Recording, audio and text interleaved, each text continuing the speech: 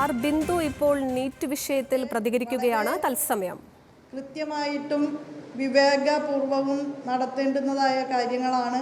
അതുപോലെ വിവാദജനകമായ മറ്റ് ചില കാര്യങ്ങൾ കൂടി ഈ ഉദ്യോഗാർത്ഥികൾ നമ്മുടെ ശ്രദ്ധയിൽപ്പെടുത്തുന്നുണ്ട്. അത് രാമക്ഷേത്രം പണിത ദിവസം ഏതാണ് എന്നുള്ളത് പോലുള്ള ചോദ്യങ്ങൾ, ആ പ്രാണപ്രതിഷ്ഠ നടത്തിയ ദിവസം ഏതാണ് എന്ന തരത്തിലുള്ള ചോദ്യങ്ങളും ഉണ്ടായിരുന്നു എന്നുള്ളതാണ്.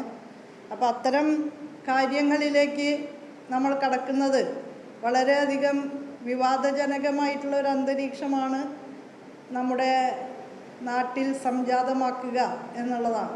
അപ്പം അതുകൊണ്ട് ഈ പരീക്ഷകളൊക്കെ പിഴവില്ലാതെയും ക്രമക്കേടുകൾ ഒട്ടും തന്നെ ഇല്ലാതെയും ജാഗ്രതാപൂർവം നടത്തുക എന്നുള്ളതിന് ഗവൺമെൻറ് സംവിധാനങ്ങൾക്കെല്ലാം ഉത്തരവാദിത്തമുണ്ട് എന്നുള്ളതാണ് ഈ സന്ദർഭത്തിൽ പറയാൻ ആഗ്രഹിക്കുന്ന കാര്യം.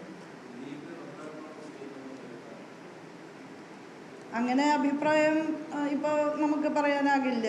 വിദ്യാർത്ഥികളോടൊപ്പമാണ്. ഒരിക്കൽ കൂടി പരീക്ഷ എഴുതുക എന്ന് പറഞ്ഞാൽ വിദ്യാർത്ഥികളെ സംബന്ധിച്ചിടത്തോളം അത് വളരെ മാനസിക സമ്മർദ്ദം ഉണ്ടാക്കുന്ന ഒരു കാര്യം കൂടിയാണ്. അപ്പോൾ ആ വസ്തുതകളുടെ അടിസ്ഥാനത്തിൽ ഭൂരിപക്ഷ അഭിപ്രായം തേടിക്കൊണ്ട് തന്നെ ഈ കാര്യത്തിൽ കേന്ദ്ര ഗവൺമെൻറ് ഒരു നിലപാട് സ്വീകരിക്കേണ്ടതാണ്.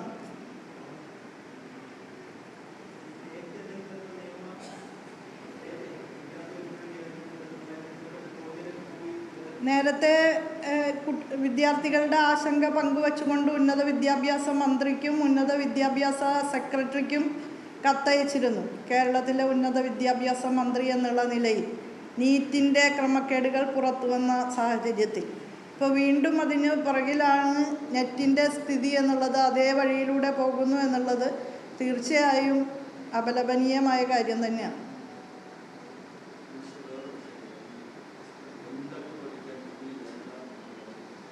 അത് നമുക്ക് വേറൊരു സന്ദർഭത്തിലാവാം.